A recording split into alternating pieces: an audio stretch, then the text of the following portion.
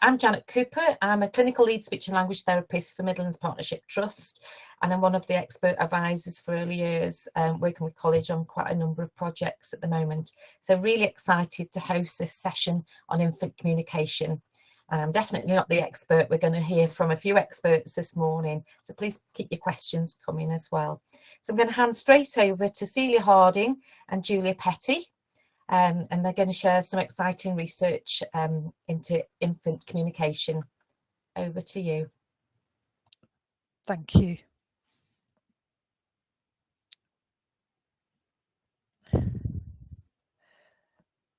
So I'm just waiting for the slides.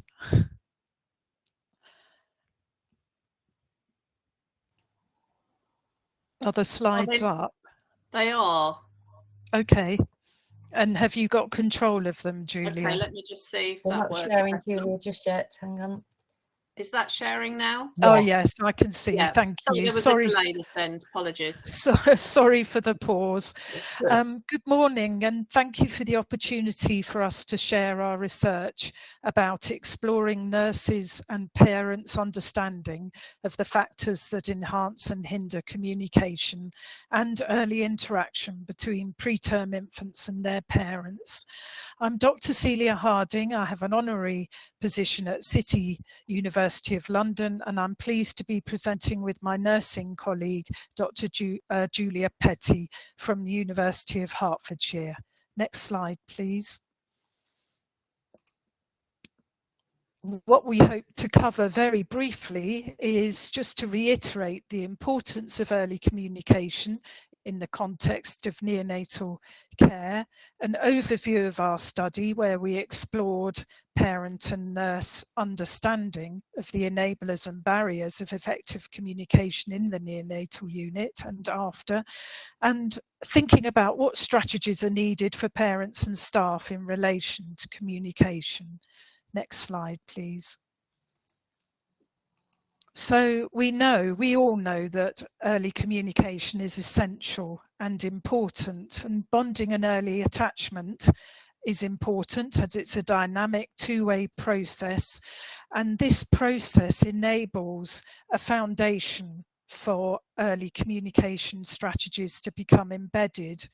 We know attachment is essential for necessary care and for brain organisation, and the patterning and quality of care can help regulate infant brain function and in turn determines long-term emotional regulation and important time for parents to mitigate some of the traumas of the neonatal unit. Thank you. Next slide, please. So why is it important to focus on prematurity and early communication? Well, there's a developing and important body of work that identifies that preterm birth can be a risk factor for a range of future difficulties with speech, language and communication needs.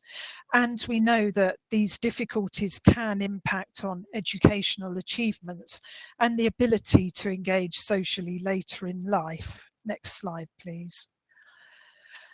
Julia Petty has also worked with parents of preterm infants previously and has developed a clear approach in which parent narratives are really important to shape change in practice. So that was a fundamental consideration in our research. Next slide, please. Why do we need to research this area further? Well, there are limited studies that identify specific early communication development between preterm infants and parents.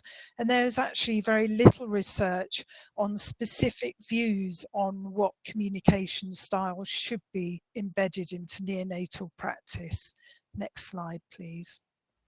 So our current study is funded, it has NHS and university ethics approval, our recruitment and data collection is now complete, and I will hand over to Julia now to talk more about recruitment and outcomes. Excellent, thank you so much, Celia. So as Celia said, I'm Dr. Julia Petty from the University of Hertfordshire, and I'm one of the research team working closely with Celia and another one of my colleagues. We just want to acknowledge the Burdett Trust for Nursing for funding our research, and also our NHS Trust staff and gatekeepers for access to our participants, as well as our parent advisory group as well. Just need to say thank you and acknowledge everyone that's supported us in this research. So in terms of continuing then with the process of our study, thinking a bit about recruitment and participants. So we recruited in one NHS trust in North London, and that included 2 neonatal units. Recruitment was via a volunteer basis via gatekeepers that were staff within the neonatal units, and they helped us to identify staff to communicate our research posters, and also via parent support groups. And we had another, an occupational therapist who was also very, very instrumental and hugely helpful in our recruitment strategy. Purposive sampling, it was quite broad. Parents who had had a premature baby in neonatal care, and nursing staff who currently work within the field, who had regular contact working with parents on a daily basis as part of their work. We recruited 17 participants in total, and that was made up of 8 parents and 9 neonatal nursing staff, and that was over the course of a few months. As Celia has already said, we gained NHS and Health Research Authority ethical approval. That did take some time, and we did have to extend our recruitment to a second neonatal unit, but that was just already part of the process, and we learnt a huge amount about the ethical processes within the NHS. So that's the recruitment and the participants. Data collection was on a basis of narrative inquiry. I have previous experience with narrative in other research, not only my doctorate with working with parents and exploring parent experience of prematurity, but also in work since then. And narrative is all about storytelling, essentially. It's a broad way of collecting data in terms of narrative interviewing and narrative analysis. It does work on a reflexive approach. We did use a combination of narrative from Reisman and Braun and Clark's model. As part of our process, we engaged with a parent advisory group via a parent support charity, and they were again very, very useful in terms of advising us on the development of the data collection tools. Interviews were conducted by myself and Celia and our other colleague, Dr. Lisa Whiting, analysed each of the 2 data sets. That helped with the objectivity in terms of the reflexive approach. So the themes that came out, we had 2 data sets. Well, obviously, we had our parent data and we had our nurse data. The themes that we all agreed on after much sort of discussion, parents spoke very widely and very broadly about their experiences of being in the neonatal unit and their sort of often quite traumatic experiences, particularly in the early days, very much about their journey through the neonatal unit and beyond at home. They talked very in detail as well about the different communication strategies that were used with them, particularly in relation to not only nursing staff, but also the members of the multidisciplinary team, such as speech and language therapists, very, very, a hugely important role within the team from the parent perspective, and also occupational therapists. As part of the study, we were interested in barriers, and they did speak very widely again about barriers to communication and those hindrances within neonatal care, which I'll come to shortly. And one of the main things that parents spoke about was the transition from the neonatal unit and going home in terms of support with communication. The nurses also talked about their experiences of supporting parents and how they very much regarded their role as integral to the early days in terms of facilitating communication between parents and their babies. They saw themselves as a really key role within that, and so did parents. They saw themselves as very much as supporters of parents and acknowledging the difficult times that parents go through in many different ways, but in specific relation to developing communication strategies and being facilitators in that. They also spoke about how they encourage communication in various ways. And they talked about things like, various different strategies, including skin-to-skin contact, the use of books, the use of voice, the use of music.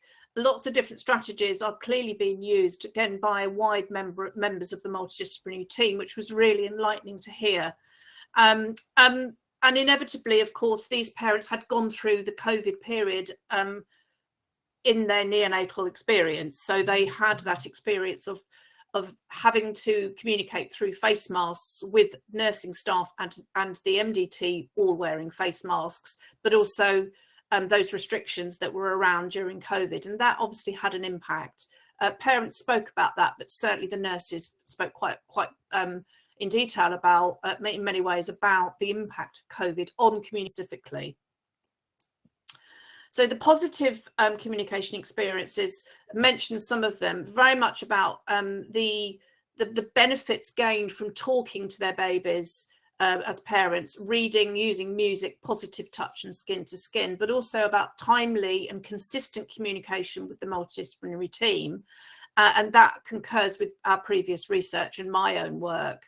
And we know that it certainly has links to healthy attachments and bonding, enhanced emotional connectivity and responsiveness, and also it does play a part in parent empowerment in terms of their role and their developing role as a parent and their identity. And that's really, really important as well. It's certainly the barriers and the hindrances were around admissions and procedures and the many interventions that babies undergo on the neonatal unit, inhibiting the ability to communicate effectively. Even incubators are a barrier, the equipment, the busyness of the unit, staffing levels. Often there was a little bit of lack of empathy or poor sensitivity around acknowledging communication needs, and poor consistency of information coming to parents. And again, COVID measures and face masks were seen as a barrier.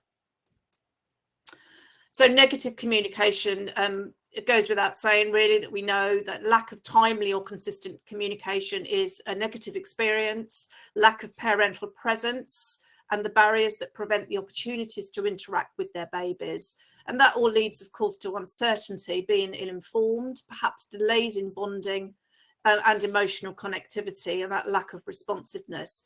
And then parents report they feel disempowered and then very much separated from their baby, and perhaps unable to develop a parenting role and identity as a parent within the neonatal setting. Hence the need, again, for looking at communication and trying to find ways of enhancing communication. The discussion of the study, we have written up the parent data, and we're going to write up the nurse data for a separate paper, and that's all going through publication now. We're in the dissemination stage at the moment, where we're going to be presenting at other conferences next year. But the discussion is all about what can we do really next, about enhancing active involvement and closeness and learning to understand early communication to empower both parents and neonatal staff.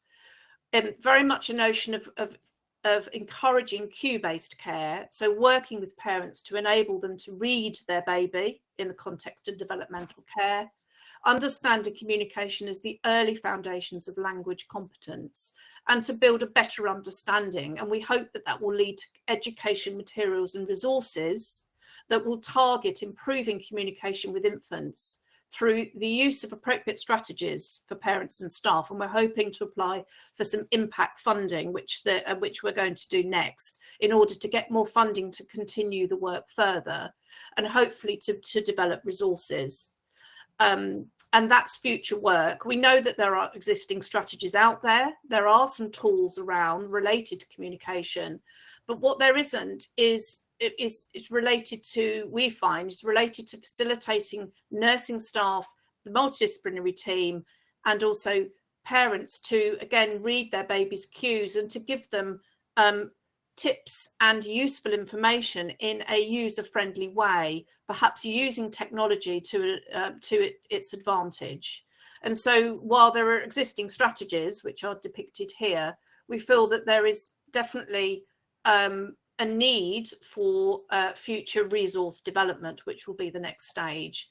And that really is the conclusion. Having looked at the clock, I think there's half a minute left.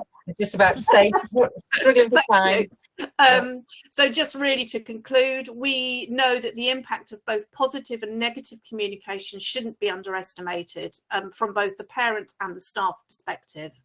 We need positive communication. It should be ongoing and consistent, and we need guidance and education for both. The parent voice is essential in any work, and we feel that we have accommodated that.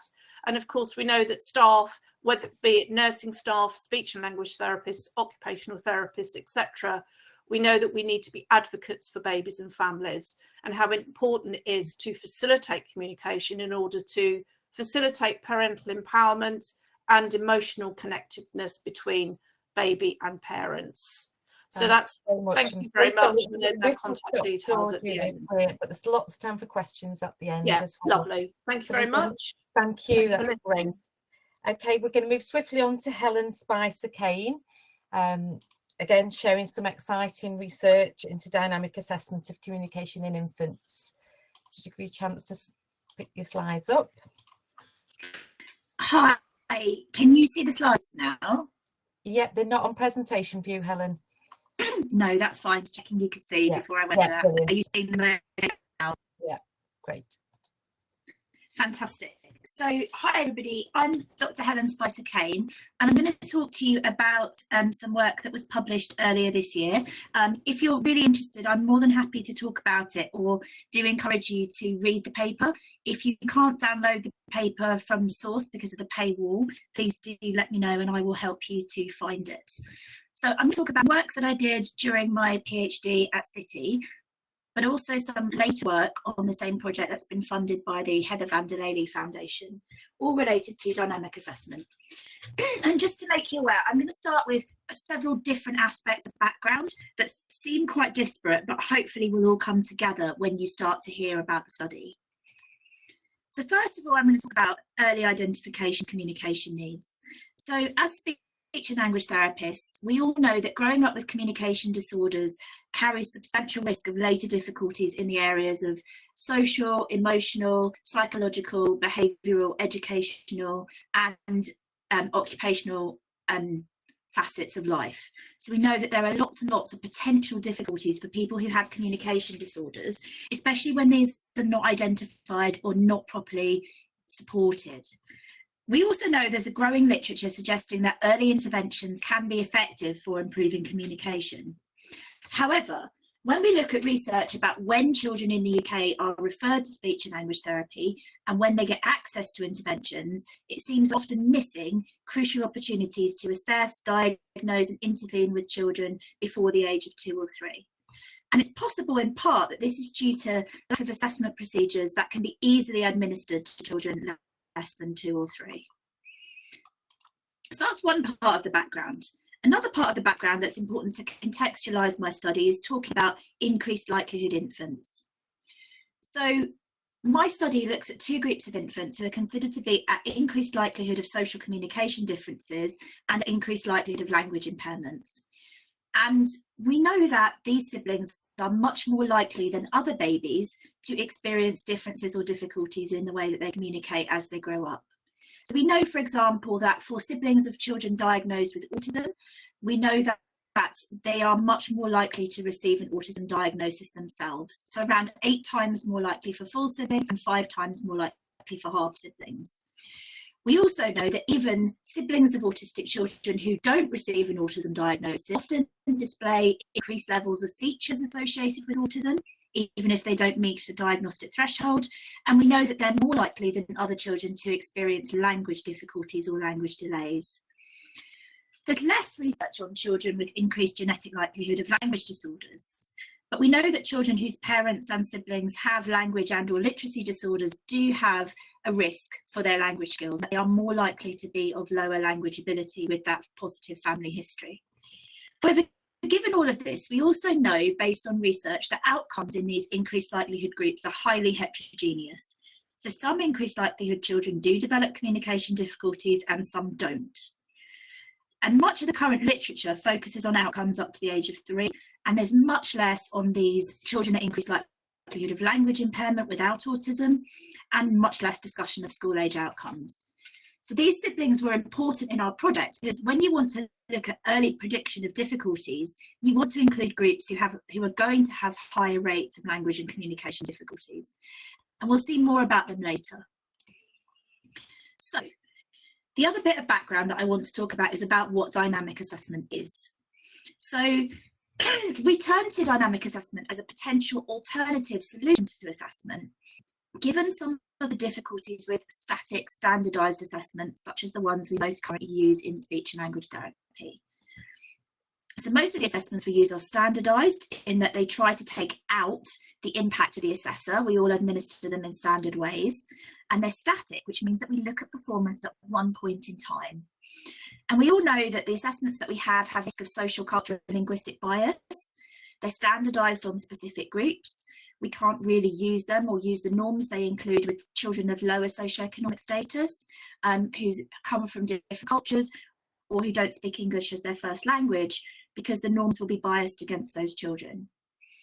We also know that these assessments measure performance at one time point only, and they don't actually give us any information about potential supported performance or about strategies that might help that individual. We also know that they have limited feasibility. If anyone's ever tried to administer formal assessment to infants, and after doing it with hundreds of infants myself, I can say it's tricky. It's really difficult. We might need some alternative ways that look at learning potential. So what's a dynamic assessment? I leave this quote on the screen for you to read. I also know that the screen sharing is quite small, so I'll read it out for you. This is from Hassan and Joffe in 2007. The term dynamic assessment includes a range of methods and materials to assess potential for learning, rather than static level of achievement assessed by conventional tests. Its aim is to reveal an individual's maximum performance by teaching or mediating within the assessment and evaluating the enhanced performance that results. What's key to this is that we're looking at potential and we're looking at mediation within the assessment to see what the person can do when they're being supported. And this is all based on Vygotsky's sociocultural theory. If you look at this diagram, the middle circle shows the skills a child can achieve independently, and the outside circle shows the skills that the child can't achieve even with support. But in between those, in this circle here, we have what Vygotsky called the zone of proximal development. Those are the things a child can achieve when they're supported. So what we're looking at in a dynamic assessment is measuring the size of the ZPD for a particular skill.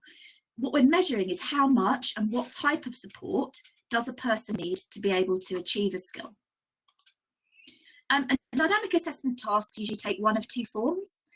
One is called a sandwich, and you often see this with older children. So you test a skill, you do some short mediation or teaching, and then you test again. And you look at the impact from pre-test to post-test of that mediation in the middle, like the meat or the filling in the middle of the sandwich. You can also use a cake form, which is what I've used. And in a cake, you mix in graduated prompts within the assessment.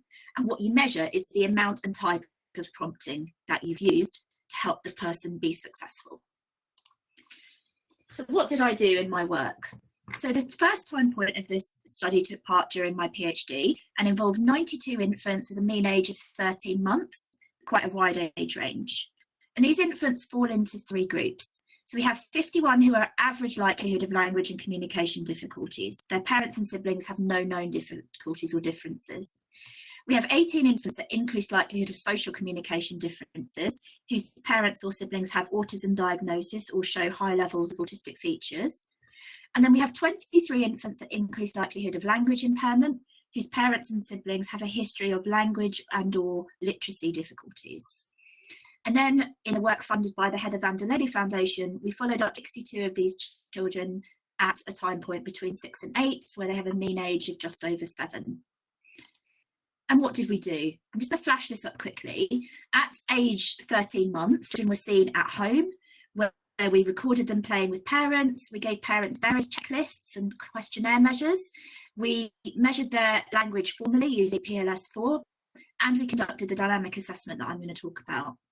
And then they were seen again at age 7 over Zoom because of COVID, and we administered a wide range of measures that looked at non-verbal, language, social communication, pre-literacy, phonological awareness, etc.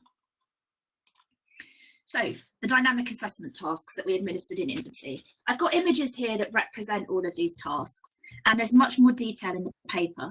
But the 5 areas we measured are key to early communication and are known to be predictive of later communication skills. So we measured receptive language with a task involving some objects. So could the child give the required object when asked? And there's a queuing hierarchy that gradually makes the task easier until the child can find the correct object. We also looked at motor imitation, response to joint attention, so following pointing. Can they look where you point? And again, do they look immediately, or do you need to use an increasing level of cues to get their attention for them to follow a point? Turn taking, using a fun baby toy. So again, do they turn take spontaneously, or what level of prompting is needed to turn take? And social requesting, using a fun toy that's then stopped. And does the baby independently or with prompting request for the toy to come back on? And there are prompting hierarchies for each of these tasks discussed in the paper. So what did we find? Well, first of all, the tasks, the sessions with the infants were video recorded, and we had the scoring on these tasks recalculated by a second rater who watched the videos. And we found that inter-rater reliability of scoring on all these tasks is moderate to excellent, particularly for the response to joint attention and receptive language tasks. We also looked at correlations with age. So if you're designing a measure for infants, we want it to be the case that older infants score better on the measure than younger infants. And these graphs will be very, very small to you, but they've got score on the y-axis and age on the x-axis, and you can see these lovely sloping lines going up from bottom left to top right. And these represent that for the receptive language, motor imitation, response to joint attention and turn-taking tasks, older infants do indeed perform better than younger infants. There are also some floor and ceiling effects that I'll talk a bit about later. Interestingly, the social requesting task didn't show any correlation with age. We found no significant differences between boys and girls in scores on any of the tasks, which is unlike many other infant assessments. So we seem to have something which is more sex fair than other measures. We also looked at relationships with standardised assessments and parent questionnaires that we administered at the same time. Again, this will be small, but we found that particularly the dynamic assessment of receptive language showed strong correlations with receptive language measures and expressive language measures administered at the same age, both on parent reports and experimenter assessment. And that the turn-taking and social requesting tasks showed some significant correlations with social measures taken at the same age by questionnaires. And the social requesting task also showed an association with expressive vocabulary as reported by parents. And then we looked at differences between the 3 likelihood groups. Bearing in mind, we know that the 2 increased likelihood groups shown here and here, so the second and third columns on the graph, should, in theory, have higher risk or higher likelihood of later language disorder than the infants in the average likelihood group on the left. And we found that indeed, particularly on the receptive language dynamic assessment, the group at increased likelihood of social communication differences show a significantly lower score than the other groups. They also score lower on all of the other assessments, but that doesn't reach statistical significance. So what we seem to have is a measure that has good inter-rater reliability, is sex fair, shows an age trend, shows correlations with other measures that have been validated, and shows potential differences between likelihood groups.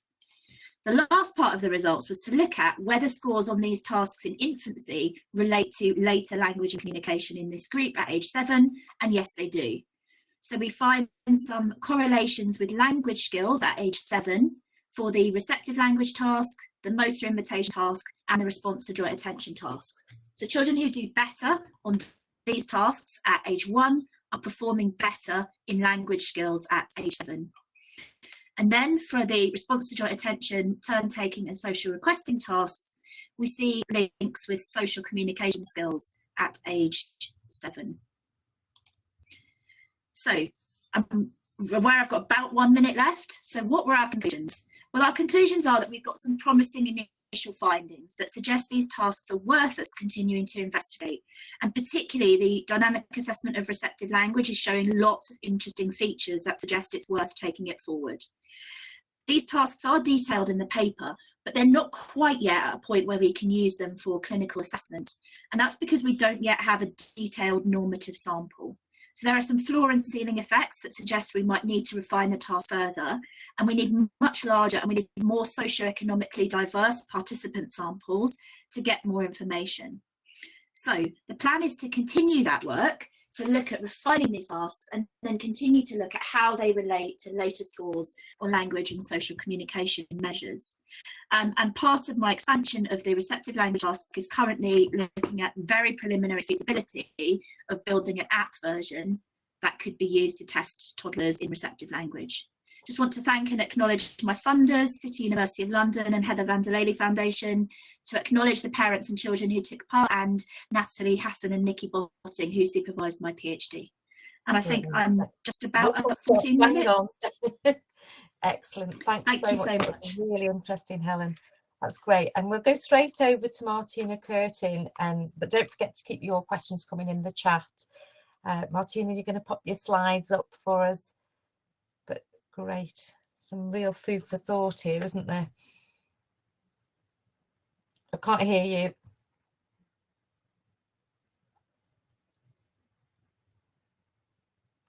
Can you hear me? Yes, brilliant. And you can see me? Lovely. Okay. Well, hi everyone.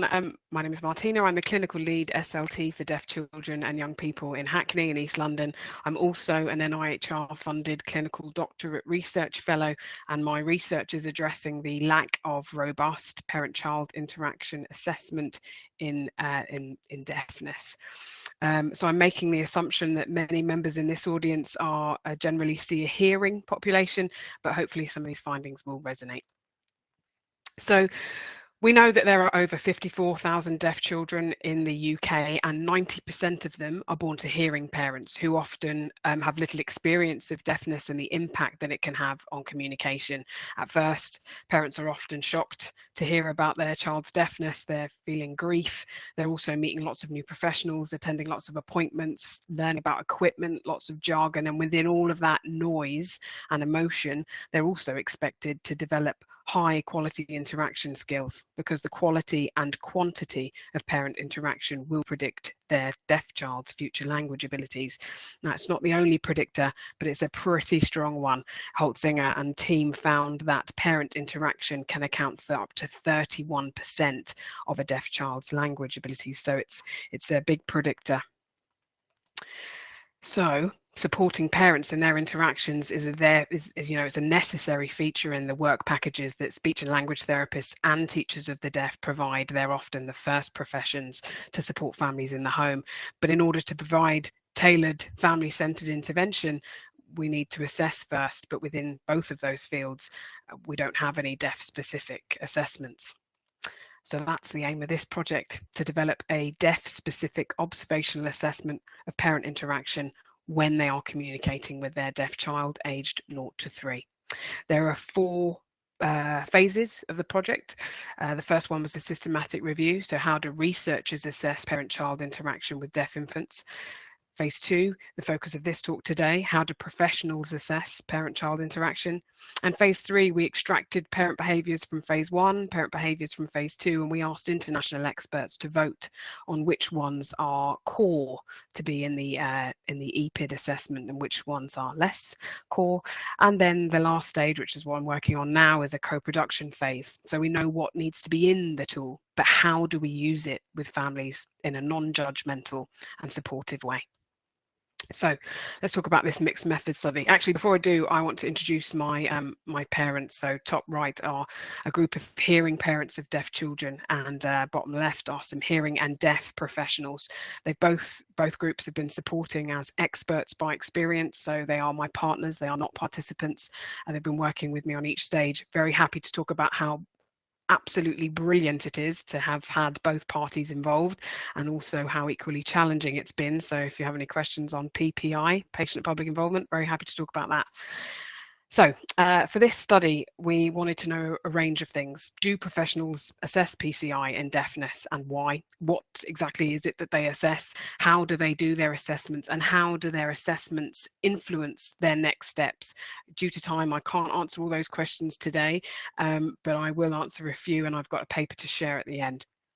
So I designed a sequential, explanatory mixed method study where the results of the survey, quantitative survey, determined who we asked and what we asked in follow-up focus groups. And just to say at this stage, if any of you were involved in either one of those stages, thank you very much for your participation, much appreciated. So I'll introduce the characteristics that we have in both data sets, and then we'll merge the data in some of the answers. So in the survey, we had 190 UK professionals, a lovely kind of equal proportion between speech therapists and teachers of the deaf, and less from deaf CAMS and from psychology and psychiatry. They do see deaf children in those last two groups, but in more of a context of really specialist referrals, cochlear implant hospitals, high social emotional needs, etc. 95% of the survey participants were female, 86% were hearing, most people were in the 50 to 59 age bracket, most people were from England, though we did recruit from Scotland, Wales and Northern Ireland, and a high proportion had over 11 years of experience. So when we were thinking about sampling for the focus groups, we thought there would be differences between speech therapists and teachers of the deaf. There aren't. Most of us are all practicing very similarly. We thought perhaps we'd be able to see some differences between hearing and deaf practitioners. We didn't have equal enough groups to be able to run any stats tests on that. Likewise, we thought we might be able to do some interesting stuff between newly qualified or early stage practitioners versus very experienced. We had unequal groups. Most of our people were experts and had been in the field a long time. So because we didn't have any big differences to think about, we purposefully sampled based on demographic identifiers for the focus group. So based on it, diversity, inclusion, and a range of perspectives. So again, similar sort of groups between speech therapists and teachers of the deaf participated in the focus groups, and then less deaf CAMS, and unfortunately the psychologist wasn't able to show up. So for our focus groups, again, 94% were female, 78% were hearing, so we upped the proportion of deaf participants there. Most people were from England, but again, we tried to up the proportion from Scotland, Wales and Northern Ireland, and we tried to get an equal spread of years of experience. Both data sets were analysed independently first and then were merged at the interpretation stage using a technique called pillar integration process, which is a joint display matrix that helps to transform the data into mixed methods. So for question 1, do professionals assess PCI? And if so, why? Well, 97% of the people that we asked do assess PCI, which is super. So when we went to the focus groups and said, well, why is this?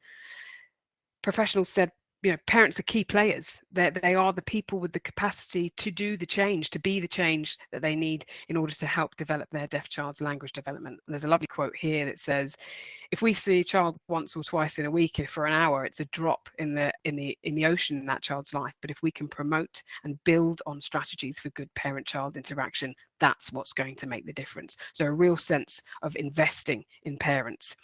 And the second theme to answer that question was about informing, empowering and collaborating with parents. So another lovely quote here, you can show the family that they can make the difference. And that's what we want to be showing. Not that we can make the difference, that they can make a difference with their child's progress. There was a sense of, even in the assessment of parent-child interaction, you have an opportunity there to educate, to kind of co-review the video, to empower the parent, to show them themselves for themselves, show the skills that they have. So in terms of our mixed methods response to this question, almost all professionals routinely assess PCI because they recognise how central and influential parents are to a deaf child's language development. And by educating the parent and reviewing the assessment together, an informed, empowered parent develops. Question 2, which parent behaviours are being assessed? So the top skill that was most assessed by professionals was the parent waiting for the child to look before they started communicating. And then we had skills about parental sensitivity. So how warm is the parent? How much do they follow their child's lead? How much does the parent show a genuine interest in the engagement with their child? And then other skills in the kind of top 10 most assessed skills were about access to language. So is the parent face-to-face? Are they using child-directed speech or child-directed sign to pique the child's interest? Are they in the right position? And some language enrichment strategies too. So adding another word or sign to the child's utterance. So when we showed this top 10 list to the focus groups, we sort of said, well, is the most assessed skill the most important skill? And participants found it very difficult to value one skill over another. So quote here, what I was thinking was, is there a hierarchy? Are any of those more important than the others? And when I went down that list, I was trying to think, if I had to put them in order, which one would I do first? And I really struggled with that, which made me think that most of them on there are of equal importance. So it was hard to choose one skill over another. And also it was hard to assess one skill in isolation. It's, you know, you can see that in research very often, but generally what professionals are doing are observing a range of skill all at one time, informally, using a mental note or a written note to kind of capture what they'd seen. So it's quite informal. And likewise, when we asked this top 10 list of parent behaviours, is it more relevant for a family learning spoken English rather than a family learning sign? Professionals thought, no, actually, you should have the same approach, the same method, and the same way of assessing regardless of language. And that also was the case for whether a deaf child had additional needs or whether that family were multilingual and used other spoken languages at home. There are core behaviours that are important for all languages and all needs. So our mixed methods result says the majority of professionals use multi-simultaneous skill observation to informally assess behaviours related to attention getting, parental responsivity, language engagement, and whether the language is accessible to the child. And these behaviours are valued equally and seen as beneficial for all parent deaf child dyads. So what's fantastic to see is that professionals are placing parents at the heart of their rationales for assessment. They're seeing them as vital sources for investment, and they are including PCI assessment as part of their practice, albeit very informally. It's also excellent to see that professionals are assessing a range of parent behaviours, and when we look at the evidence base, many of those have strong associations with deaf children's language growth. And what's very impressive is that, unlike research where maybe one parent skill is under the microscope, professionals are assessing a whole range of skills all at one time. And what I didn't mention was that some of the other results, professionals are embracing things that we don't see in research or are excluded from research, such as the influence of siblings, multiple caregivers, dads, grandparents, older siblings, the home environment, looking at daily routines rather than just play, deaf children with parental well-being, super important, deaf children with additional needs, and families who do not use English. So assessments are happening in super diverse, complex family systems. And just to note, we heard from 190 volunteer participants and then selected 18 of them to talk to us more about their practice. We could be tempted to think that every practitioner is behaving in this way, but we must remind ourselves that it might not be a completely accurate tale of what happens out there. And so going back to thinking about parent-child interaction, it's probably very similar, right, to what's happening in the hearing world, but there is definitely a more nuanced focus on gaining attention for a deaf child, maintaining attention, and a parent being quite skilled in coordinating their language input with their child's attention. And so a good access to language is really coming through here in the work that we've been doing. And another lovely shift is the shift from impairment, a broken ear, or a language deficit to something far more useful. Family, seeing a real family in their real context, and trying to have a real sample of parent-child interaction so that we can really support that parent at where they're at within their context. So the work that we've captured so far is a lot of what we already know, a lot of what we already do. But what the EPID, I hope, will bring is the standardization of care in deafness, a way of baselining skill, of monitoring skill and celebrating progress in collaboration with parents. It's a shared language for professionals and a shared language between professionals and parents, and also a way of working with parents that is now grounded in deaf-specific research and an approach that is mutually agreed upon and will be designed by families of deaf children. Thank you for listening. That was great, Martina. Thanks so much, and brilliant timekeeping as well. Excellent. So we've got a few questions that have come in, and if there's any more, please pop them into the chat. I think the first one's probably aimed at Celia and Julia, just asking if there's any report of using voice recordings being played through incubators to enhance that interaction in the neonatal wards. So I don't know if either of you want to take that one. I have heard that that is something that's being considered as a possible tool to use with parents, particularly very young babies and babies in incubators. I have actually been talking to someone about this and using recordings. I don't want to say too much at the moment, but I do know that it's something that's being considered for study. And whether the impact of a recorded voice for comfort for the infant is how beneficial that will be. But it does include siblings as well. And Martina's talked about siblings and involving the wider family and the functionality of communication. And I think parents are often so traumatized in the neonatal unit that they find that anything to do with communication and reading empowers them and makes them believe that they are doing something very specific for their baby. And in fact, when I was a neonatal practitioner, some parents did record and leave recordings of their voices for babies. There are issues with standard practice and hygiene for putting materials into incubators, which can be an issue as well. But it's certainly something that's being considered as an important tool alongside other aspects of how to help. And parents want to know about using gesture, what words to use, what shall I say to my baby, and using language functionally in everyday cares, such as feeding, of course, bathing, nappy changing, etc., is an important part of the developmental care pro forma as well.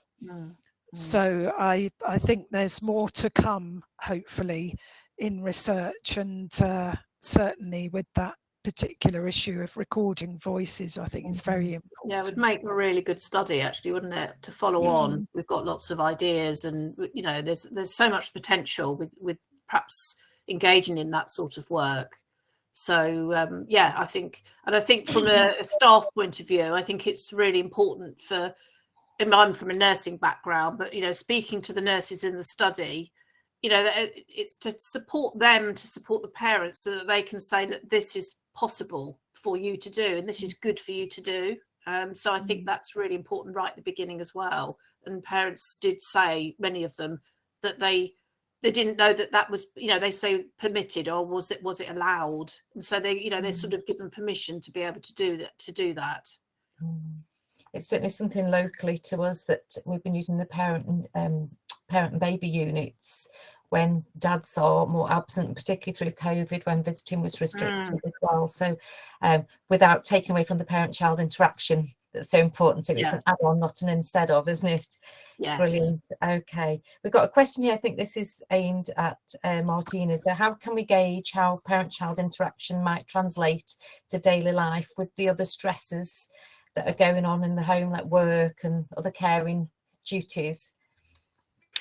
Well, actually, my the focus groups were great for thinking about that, because these are all people that do this in real life. So you're right. I think there was a mention on, you know, parent-child interaction with a therapist can be perfect. It could be near to,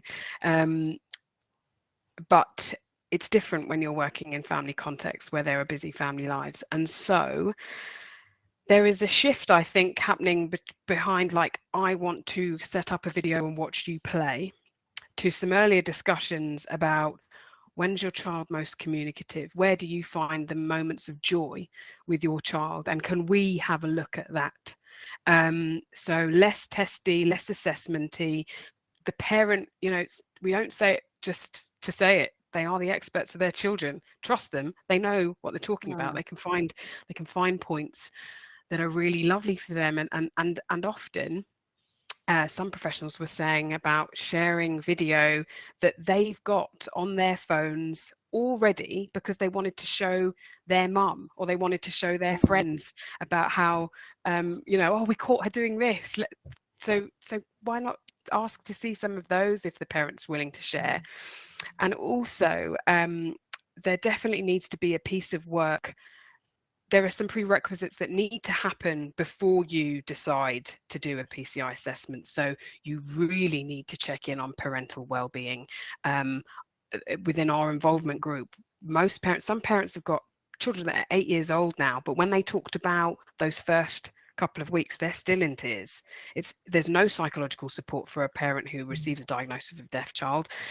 So they're holding a lot of that. And so checking in on well-being, supporting it, building a relationship with your family before you begin assessing, I think is another way of then being open and honest about, well, we're struggling to fit this playtime in. Okay, let's think about your life. Let's think about, you know, can we do something at mealtime? Is nappy changing a better chance? Like, I think getting to know parents and their stresses and spending time on that's not a wasted visit. That can really help you provide impact, provide support that has impact on that family. That links with one of the other comments in the chat, and it's probably for all of you actually. If we encourage parents to talk about the worries, that'll improve their attachment relationship and hence improve communication, hopefully. So do we need to influence psychotherapy services in some way? How we're getting those messages out to them? Any of you already tackled this or sharing this somewhere? I think it depends on the well, in terms of neonatal resources. I think it depends. It's variable as to whether that resource or facility is available to parents. I think that does vary across the country, having sort of spoken to quite a few parents now. And it's the same with other roles, you know, feeding specialists and developmental care specialists. Very much depends, I suppose, on funding and that sort of thing. But I would say it would be welcomed, I'm sure, to have that, you know, that sort of opportunity to talk through your worries and concerns as a parent with somebody that had the time, because sometimes, you know, certainly in a busy unit, most of the time that's what staff say, they just don't have the time to sit down and just talk to parents. That's why being a researcher is so wonderful, because it's that privilege that you get to sit and talk to a parent for an hour. You know, you never get that as a nurse, unfortunately. Yeah. Helen?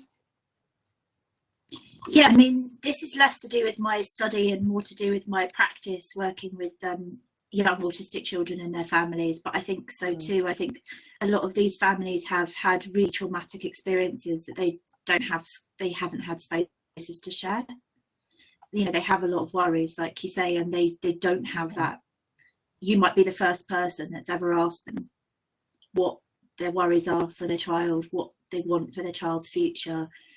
And they have so much sort of everyday stress that they carry that they want to talk about. And I don't think they have enough spaces yet to do that. So I think there's a thing about support in all of these sort of potentially traumatic contexts for parents. Oh, Martina?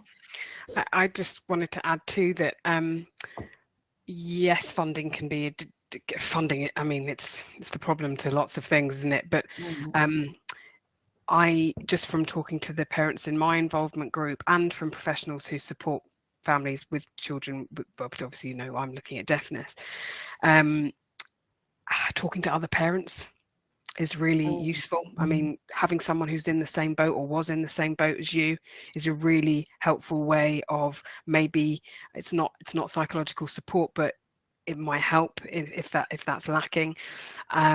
And also meeting adults with the condition who are thriving. Yeah. I think, you know, preterm baby adult, I'm not speaking for Harley, Celia and Julie here, but certainly meeting a deaf adult is a way of reassuring a parent that yes, there may be challenges along the way, and often deaf adults are happy to talk about those, but you know, your child will thrive. And there's research in America to suggest that it speeds up the grieving process and allows a parent to get ready to this acceptance stage, where then, you know, you're more able to so much more positive, isn't it, rather than focusing all the time on the negatives and the challenges. You know, it's to sow that positive seed of hope, isn't it, for parents? So important. Yeah, brilliant. There's it's a comment, but we can turn it into a question actually around dynamic assessment. So the comment was dynamic assessment's a priority for the profession, and I agree, because there's lots of standardized tests that don't really get that true picture. So how can we build that more into our practice within the profession, do you feel? Any of you really? Probably start with Helen. I think I think lots of speech and language therapists actually use dynamic assessment. I think lots of modification goes on to assessment in practice. What I think people sometimes don't have is enough understanding of a sort of theoretical framework or language to put that in. And that comes from my experiences of training SLTs in dynamic assessment. They often say, oh, hang on, I'm doing this, but I didn't know that that was what it was called, or I didn't know that that was why I was doing it. So I think we definitely need more of it. And there's been, you know, obviously at City, we've done quite a lot of dynamic assessment work. This is our first foray into infants. But there's quite a lot of stuff, and there's quite a lot of, there's been some really good recent systematic reviews looking at the benefits of dynamic assessment. And I think we just need to be talking more about it and think more about it, and thinking about, it's actually a very natural way to interact with infants.